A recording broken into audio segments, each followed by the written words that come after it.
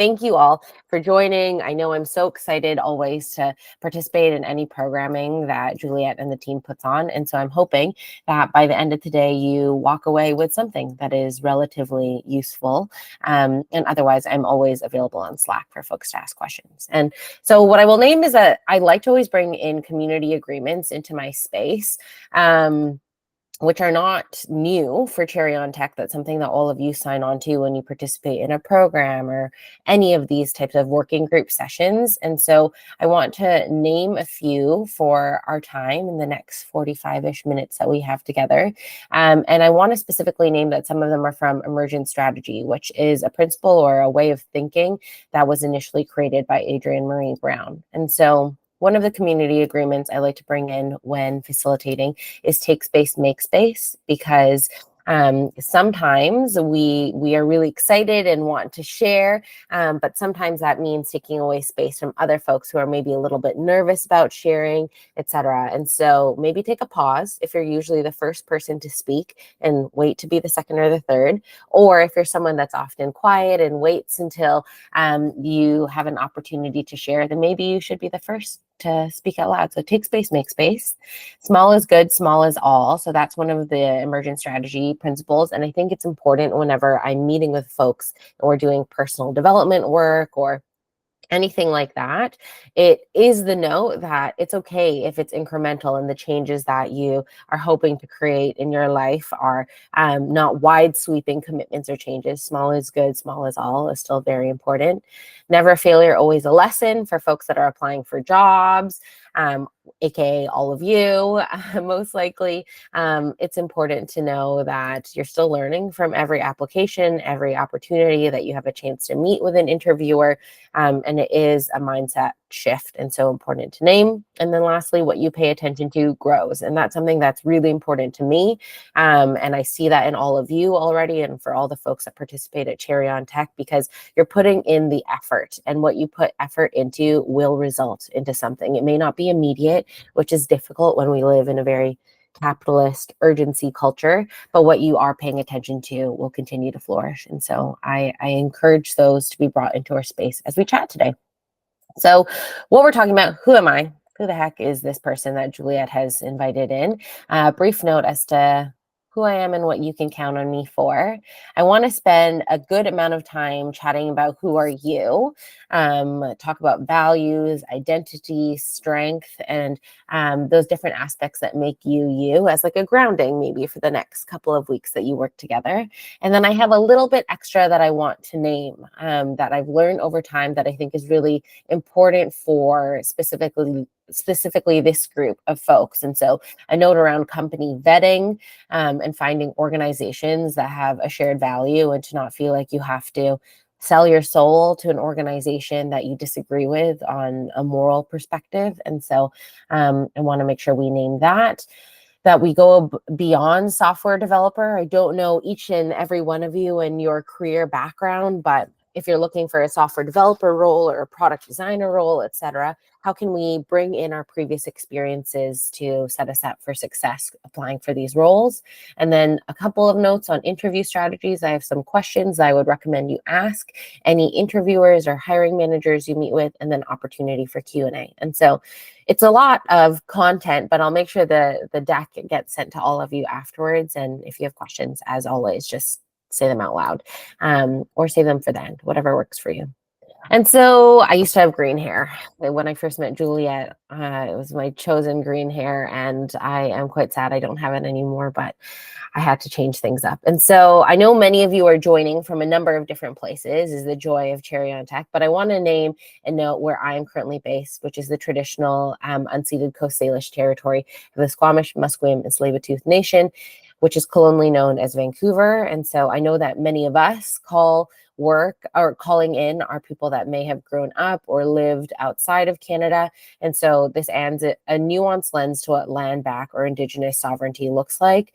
I'll name that I'm a first generation Canadian, and that when my family immigrated here years ago, it was to find a better home. But that doesn't mean that I can be complacent to what Indigenous communities have and currently are experiencing with colonialism and the dilution of their culture. And so as always, I encourage all of you to reflect on your relationship to the land for wherever you are currently located, and continue to reflect on that, because it's something that I like to take a lot of time thinking about.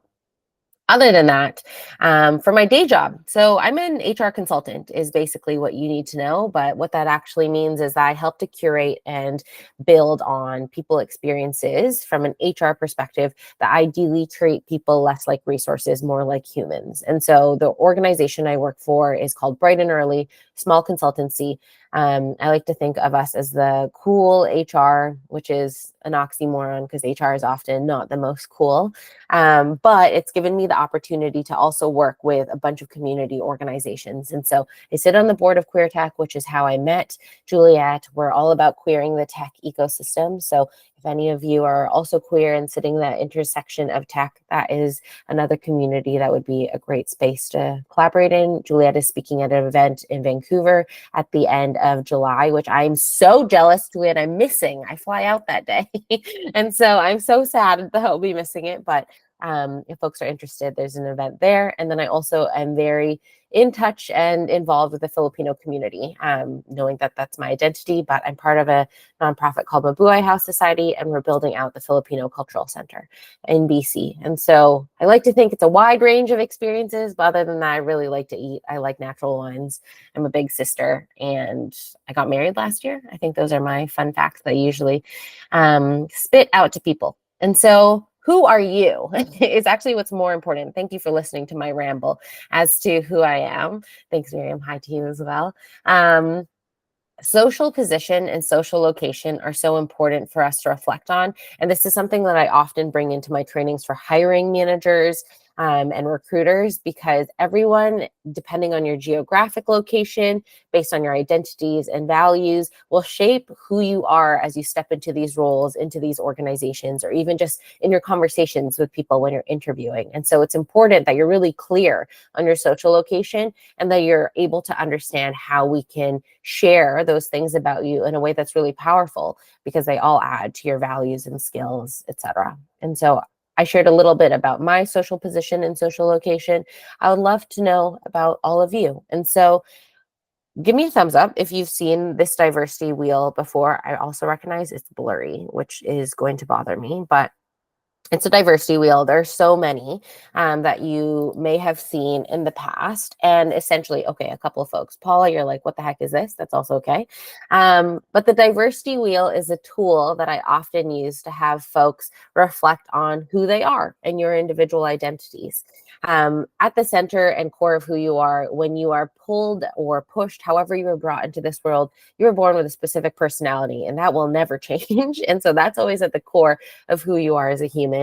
The next step are your internal dimensions, which could be your age, your race, ethnicity, gender. They're not always stagnant, but they're often a specific demographic or identity that you're born into.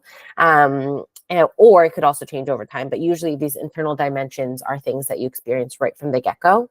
The external dimensions are things that absolutely change over time. And so things like your income and how much money you make, your work experience, your educational background, your thoughts and faith systems with religion. And this wheel is definitely not all encompassing, but some of those external dimensions are things that change over time.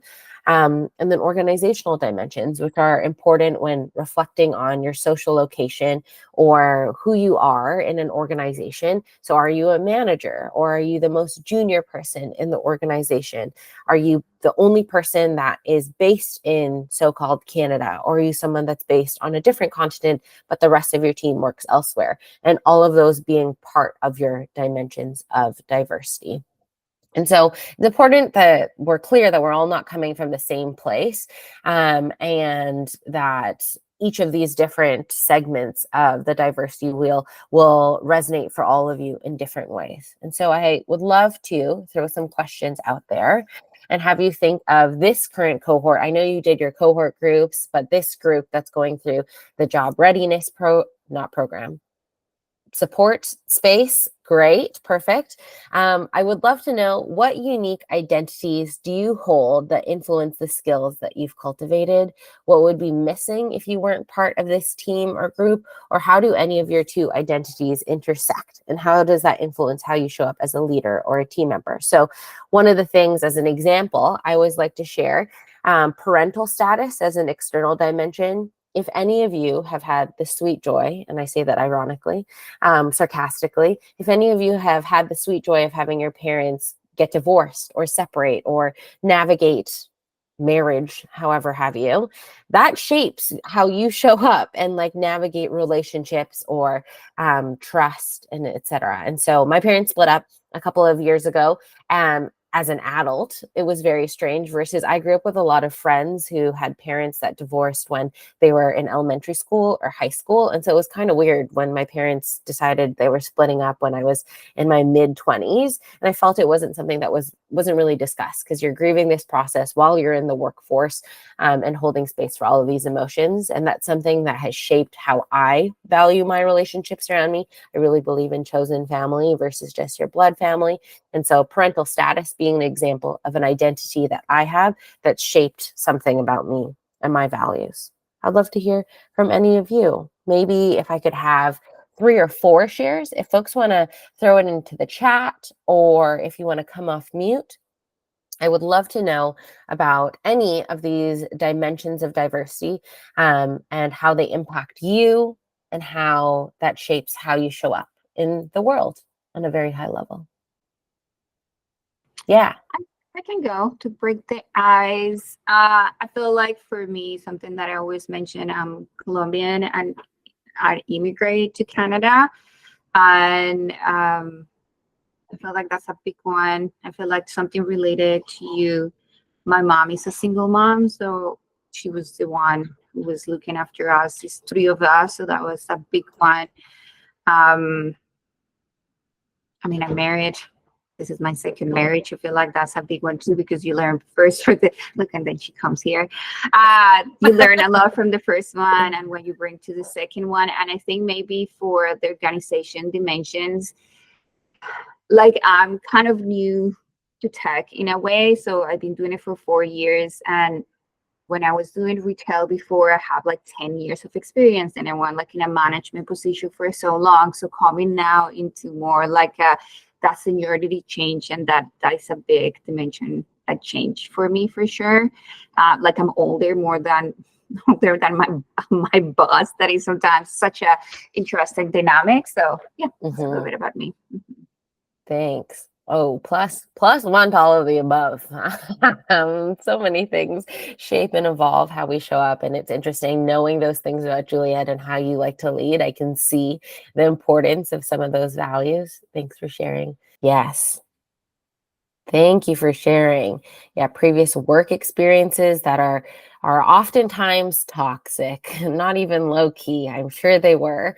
And so you found yourself compensating for people around you who are being toxic without knowing, and being supportive of people at the receiving end. And so that absolutely shapes, like when you go into a new organization, when you have to prove yourself time and time again with a shitty manager in the past, you go into these workspaces feeling like you have to go at 120%, which is not the reality. But that shapes how you're showing up, and it takes time for you to build trust that you don't have to be going above and beyond.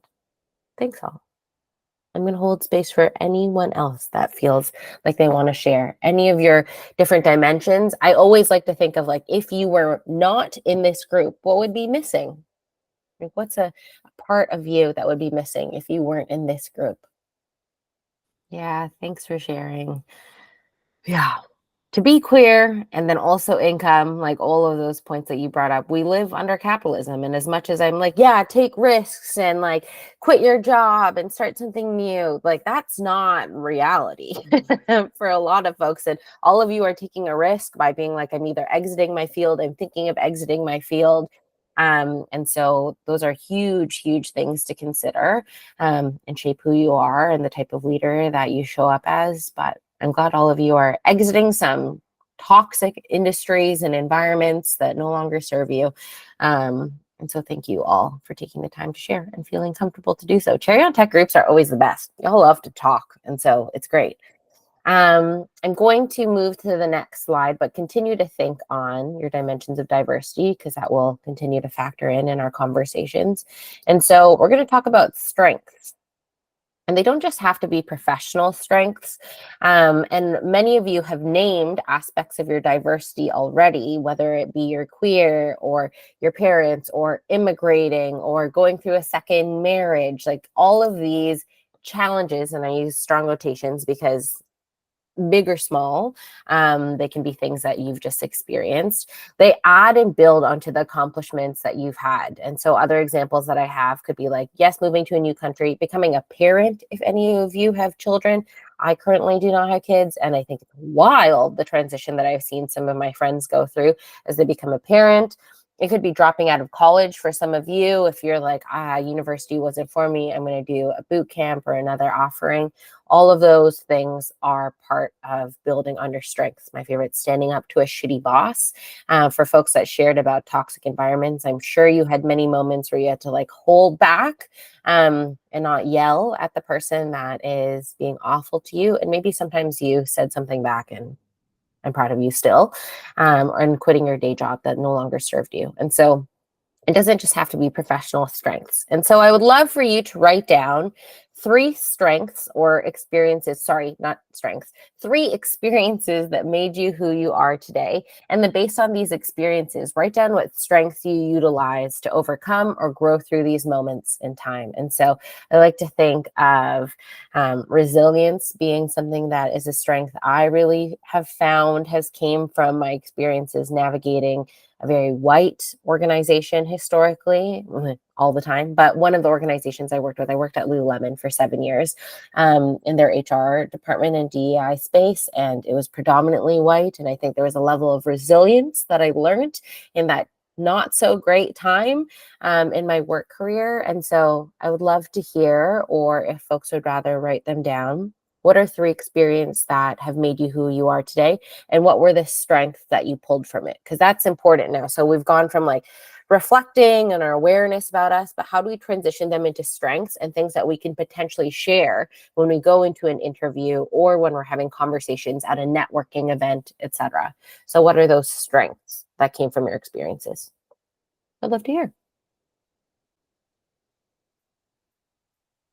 What strengths do you have? Is this like a sharing space? I can share what everybody's kind of writing down. I have been able to live in like 4 different countries, and 3 of those were like not my hometown. So I feel like to be able to start from zero, creating a new community, finding a new job, trying to navigate the culture and who you are, and that's interesting. So I feel like that brings a lot of like creativity, resourcefulness when I'm working, because it's like, oh, I have done this kind of in my personal life in a different way, how I can use it at work. It's been, I mean, as a UX designer, that's really powerful. Yeah. Mm-hmm. And like what I'm hearing in that is like very quick adaptability. I think for folks that have immigrated to a new country or into a new culture, the ability to code switch. So that's often for folks that don't know, to assimilate with the dominant culture that you're with is a very like awful way to explain it. But being able to pivot into how you show up is not always, Monique, you do it all the time. I feel that. But it is a strength, your ability to be aware of like walking into a room, assess who is there, and be able to approach those individuals in a way that makes sense for them is incredible, and is a huge skill set that I think is not named for folks that are immigrants specifically. Coming to a new country, leaving behind a stable job, and now finding a new job. Learning how to be patient.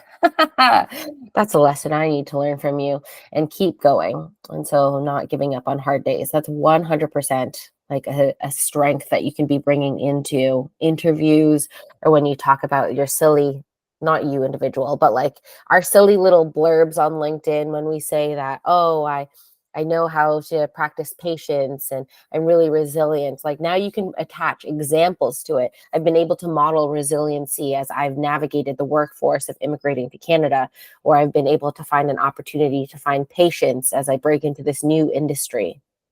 100%. I will make a comment, and I just love this, yes, because I feel like going through our life and it's like, oh, how useful is all of these things? But I feel like when you were so clear about this experience equals this and it could equal this at work, it's just so powerful, just making everyone's stories and everybody's experience so valuable and powerful. So yeah, I feel like I just love this. Yeah. I think like your example, Juliet, about retail experiences, I worked retail for a really long time as well. And I have lost count the amount of times that I've been yelled at or have had shitty experiences, unfortunately, for anyone else that's also experienced retail. But it's given me a level of empathy and understanding of guest experience that I think is really applicable, especially in the tech side of things, when we're creating offerings and services for different types of humans. When someone works into your store or walks into your store, you're catering a different type of experience for each of them. And so how does that influence your product design or your UX or things like that, all being things that you can track. And so even though you might just be like, oh, it's just retail experience, it taught you a lot about how to navigate humans. Playing chess with a company that does not like to disclose its next action plan, not showing all the cards and knowing when to speak up versus waiting for them to run into a wall and ask for help. Absolutely. Sometimes you just need to let the building burn down, which is deeply privileged for me to say out loud. So I know that can be difficult, but it does feel like playing chess when you're like, okay, these leaders are going to grind this to a halt. And so let me pause, hold my cards close to my chest, and then be there and available to support if needed, but not having to support for issues that are not yours. Thanks, Ashley. Graduating, perseverance. Shout out to any of you that finished college. I couldn't be me, but that's incredible. Moving around a lot, adaptability.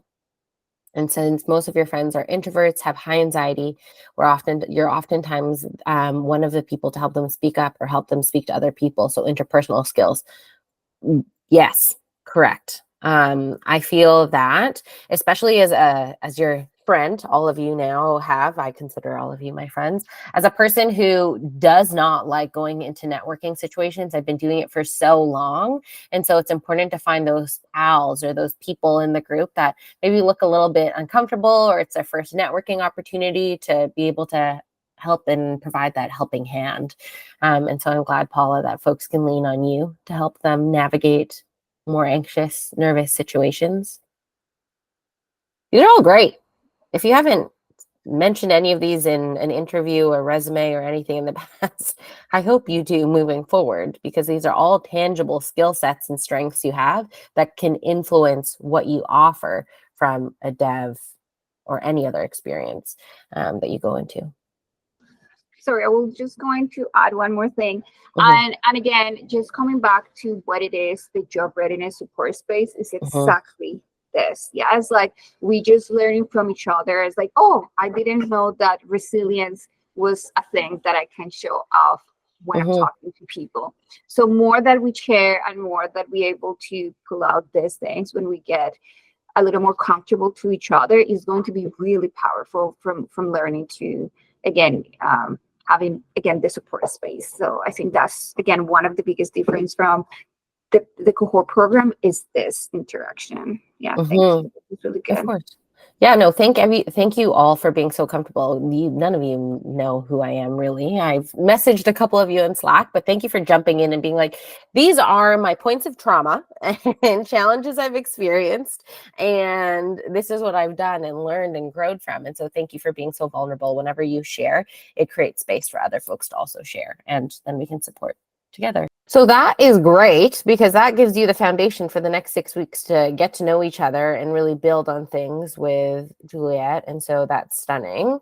What I will say is that all in all, you have more to offer these organizations than sometimes you give yourself credit for. And also, I'm just doing this, immigrating all alone to a new country, bring yourself out of your comfort zone and embrace the challenge. That huge, wild, and could be part of your story that if you feel comfortable sharing or disclosing with an organization, something you can highlight. And so absolutely, your identity, when we're reflecting on our different dimensions of the wheel, and your social location, your strengths, your superpowers, all of those things are important, especially when things get hard. And so I'm going to pause here. And so a little bit more is what I will say for some context, and then I'll open up for questions. Again, I feel like I'm on a soapbox being like, you have value, but it's because truly I want to make clear that these organizations are starving for your work and your like abilities that you have, and they just don't know what they're missing out when they decline you, to be honest. And so I hope you continue to remember that if you are getting rejection emails, that you 1000% have value and those organizations are missing out. And so company vetting. Before you get into the interviews and negotiation and all of the recruiting logistics, there's some things that I'd recommend that you keep in mind or look out for to see if an organization is inclusive, safer, or won't actively be causing harm. And so I know so many of you, based on what you've shared, whether you be queer, come from an immigrant experience, or Black, Indigenous, or people of color, or have all of these multiple intersecting identities, it's important that you don't end up in a space that's toxic like your previous work environments. And it's not going to be perfect, but there are some things that we can keep in mind as we engage with these organizations. And so visible diversity throughout team photos. I know that feels tokenistic, and I often feel bad when I look at like a careers page or an about us team photo and there's like one non-white person in the group, and that's often indicative of the type of culture that the organization is. And so it's not all encompassing. Of course, we're making assumptions based on visible what people look like, but that is important to look at. How you are treated throughout the interview process. If the recruiter says they're going to get back to you by a certain date and then they don't, that's rude. And so that is the type of culture that they're probably down for in that organization. And so know that your like gut reaction when you're like, hey, I'm just checking in on my application, any update on next round of interviews. If they ghost you or are disrespectful, those are all red flags. In the same way in a relationship, they'd be red flags. Training and development is a highlighted area of focus. This is important because we don't want to be working for organizations that want us to just remain stagnant. It's one thing to still feel like you can believe the job is consistent. You don't have to be like climbing the corporate ladder. But if there isn't like a culture of learning, then that isn't the greatest organization if they're not willing to invest in people and upskilling. All of you are doing this for free in your spare time. And it's important that you work in an organization that will give you that space as well. What the energy and verbiage used for return to work looks like if it is in person. That is something that I will name from a DEI perspective. The COVID-19 pandemic is still a thing that impacts our immunocompromised communities and all of our communities, really. And the forced return to work without specific key points as to the why behind it is something that I would say is a flag for me as I work with different agencies and different clients. Is it for collaboration, and do they have science and data that's backing that? Or is that because they have the building available and they need to put people in it because they're going to lose money? And so the why. Is the organization financially sound? For the folks that were vulnerable enough to share about like income changes as you go into this job searching process, you want to make sure that you're joining an organization that has significant amounts of runway. And so asking or being clear as to like, did they just raise a Series A? Are they investor backed? Are they grant based? Like, what is their financial situation? Because I would hate for you to join an organization and then have to experience a layoff. And so that's also important to ask and vet when you're looking at companies, the current state of the business, and then if performance expectations are clear and made proactively. We don't want any last minute, like, well, we're going to expect you to actually wear multiple hats. I hate seeing that on job descriptions sometimes, because what does that actually mean? It just means you're going to be doing 4 different jobs for one salary. And so some areas around company vetting that I would recommend reflecting on. And then when I say beyond software developer, another area I want to focus on in this group is going beyond this specific mindset. So I don't know if any of you are going for a software developer job, or if you're looking for UX, or if you're looking for all of the different types of jobs that exist in tech. But a lot of folks that say they're going to become a software developer, back end, front end, all of that, you quite possibly could be saying that you want to pivot into this because of the money, which is very lovely, and that's very fair if you find an organization that is able to provide that for you. But after you've reflected on your identities, your values, your strengths, maybe you're wondering, or should be wondering, if that software dev role or whatever role you're looking for is the one that's best for you. And so have you considered some cross-functional skills that you can utilize in other roles? For example, customer service to customer success. Sometimes I'm finding when folks are applying to get into a new industry, if you haven't historically came from tech, that you may want to consider an adjacent to tech role within a tech company is an option. And so if you're like, I'm going through a boot camp, I want to be a backend dev, but I don't have a lot of experience yet, there is nothing wrong with transitioning into a customer success role or a customer service role, even within a SaaS organization or a B2B organization, and that being a way to get in to the org. Another example is going from UX UI design to employer brand. And so you may be thinking like, yes, I love beautiful things in the user experience. You may consider employer brand and working under an HR bucket as an opportunity, employer brand being like the reason why anyone would want to work for a specific organization. There's a lot of design that's involved in that. You partner a lot with HR around figuring out what's the full cycle HR experience and catering that experience to the humans that are in those roles. And so is it UX UI design, or is there opportunity in employer brand? Another example being product manager to project manager. A lot of folks are like, I want to be a product manager, but sometimes I will say in tech organizations that are smaller, sometimes the product manager role is misscoped as a project manager or vice versa. And so it's important for you to keep an eye for alternative titling and looking at the different job descriptions underneath, because sometimes those can be a little bit different. I'm just realizing that there's a chat, so sorry if I've been ignoring people.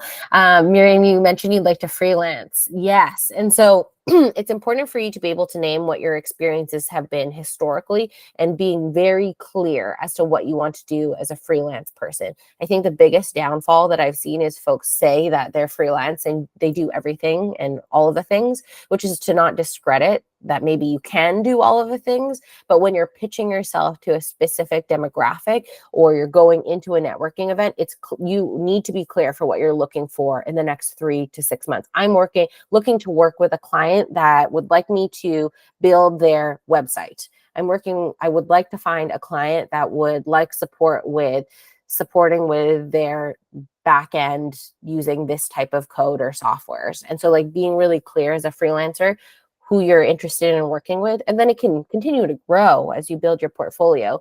But casting the net really wide at the beginning may put you at a disservice. And so that's my offering. Miriam, maybe you've already heard that before. If you have, sorry, but that's my experience. And then customer success versus business analyst. Absolutely. So customer success is usually on the retention side. So when you have someone that you're selling your product to, the customer success person will most likely check in on like your monthly membership, try to upgrade you, try to see if there's any feedback you have about the tool. And they're the person that's really engaging with the users to solicit feedback. And often customer success works very closely with the product manager to figure out what are the new offerings we need to add to our tools, what new exciting things can we build, and then they work with the engineering team to add those things. And so that is one version of customer success. And then on the business analyst side of things, that can look a little bit different. So in these smaller not smaller, these light green circles at the bottom, technical support, quality assurance, analyst or operations, those are 100% areas that your skill sets can also fall within, that give you the opportunity of engaging with a tech product, but in a way that isn't inherently code. So like a business analyst, that could be something that leans a little bit more business operations, but if there is an opportunity for you to be an analyst underneath an engineering scope, that would be incredible. Quality assurance and testing the tools is so important, and that being another area which is great. I find that there is often a great pipeline for folks to start as quality assurance, like more junior level, learn about the tool, you get to experience all of the issues, all of the bugs, etc. And that's a great way to transition into a dev role on the team. I've seen that a couple of times. Or even technical support. I know some folks are like, that's beneath me. I do not think so. That's how you're going to learn about the issues of a tool. And I know I use tool very vaguely, but whatever you're building, being able to support it and understand the nuance, and then working with engineers, because you're often escalating your issues to them, will be valuable, because then you'll understand how they speak to each other and how you can prioritize the different challenges that are coming up. Thanks, Miriam. I'm going to move to the next slide. We're just going through interview strategies. So a few things I'm just going to skip to here. And so a few questions for you to consider adding to your roster for what you ask recruiters or hiring managers. And so you list DEI on your website as important values. Why is it important to you, the organization specifically? And then beyond a statement, what does the organization do to embody these values in their work practices? It's important to be like, cool, that's lovely that you list that on your website, but what does that look like in practice? Are you actually taking a percentage of your revenue and distributing it into marginalized communities? Are you ensuring that your hiring pipeline is not based on tokenizing specific individuals and are more so about building relationships over time? How does the organization support and encourage different approaches and perspectives? AKA, we're asking, if I come to you with a different idea, are you going to yell at me and think I don't know anything because I'm more junior, or are you going to respect my experience and perspective? And so asking that question of like, how do you engage with different approaches is another way to phrase it. Or if you're researching organizations and you're seeing things on Glassdoor that look not great, like sexist, racist, or homophobic situations, and for some reason you still want to work for them, unfortunately, because the job market is tight, you should be asking them, how has the organization addressed the individuals involved? Hey, I saw this thing on the website and it sounds like it was a really difficult time in the business. How have you engaged with employees after that and like mitigated or made it better for new hires coming in so they don't experience this in the future? And so important to ask that. For hiring managers, how do you create a sense of belonging and foster equity on a daily basis? I do not care to hear about Asian Pacific Islander Month or Black History Month or Indigenous Histories Month. Like, those are important. Please know I'm pro all of these days. But beyond that, how are you going to support me in my day-to-day and disability awareness, etc.? And so, yes, Glassdoor is very, very helpful to reach to research companies, and is an opportunity for folks to figure out if it's going to be a toxic organization. And the last thing I'll mention is, if you are speaking to an HR person at some point in the screening process, it's also okay to ask like, hey, do you run engagement surveys and how have they been so far? I think that's something I've respected a lot of candidates for asking. And it says a lot about the organization if the HR person is transparent enough to share with you what the scores actually are or what they're taking away from it. Like, I wouldn't send you our engagement survey deck, but I'd be like, hey, that's a great question. And one of our areas of opportunity was work-life balance, for example. And this is what we're doing to work on that as an area that you can ask during the interview process. I know we're almost at time. A few other thoughts: speaking to someone else on the team and hearing what they don't like about the org is important to ask. Honest answers from hiring panels when asked about their experiences on the team. And then a reminder that you are interviewing them as much as they are interviewing you, and to shift that power dynamic. They also deeply need you. And then lastly, before I open up to Q&A, is it's important that you need allies and mentors. And so I hope all of you lean on each other as you navigate the next 6 weeks and continue to work towards applying for jobs, and also know that you have Juliet and I as resources. How can you find those people in power in an organization once you're in, and really maintain those relationships, because those are the people that will go to bat for you when things start to get hard, because they inevitably will. And so also important that once you're in, it doesn't stop. The work continues, and you're going to want to find some partners. And so that brings me to the end of being on a soapbox. Absolutely, Miriam, I'll get you the slides for sure. I'll send that over. I know I talked at you a lot, so sorry. But I will make sure to share the slides after. Are there any, I'm going to stop presenting so I can see faces if folks feel like it. Are there any questions, or folks, like, did you have any comments or anything that you would like me to elaborate further on? Anything else? Thank you for all the love. Any questions or any immediate reactions? Yeah, Ashley. On the last topic that you were mentioning with Glassdoor, Mm-hmm. I was wondering, because I know here in the States we have the whole survey that's the best places to work. My Mm-hmm. current workplace was like, hey, we need you guys to fill this out. We need you to fill it out. We need you to fill it out. Say, for instance, a company's had that for 5 or 6 years. How valid is the data from there, and where will we have access to it outside for our next company that we're applying for? Or should we just kind of ignore those mockers, since it's kind of like they're begging for feedback in the public?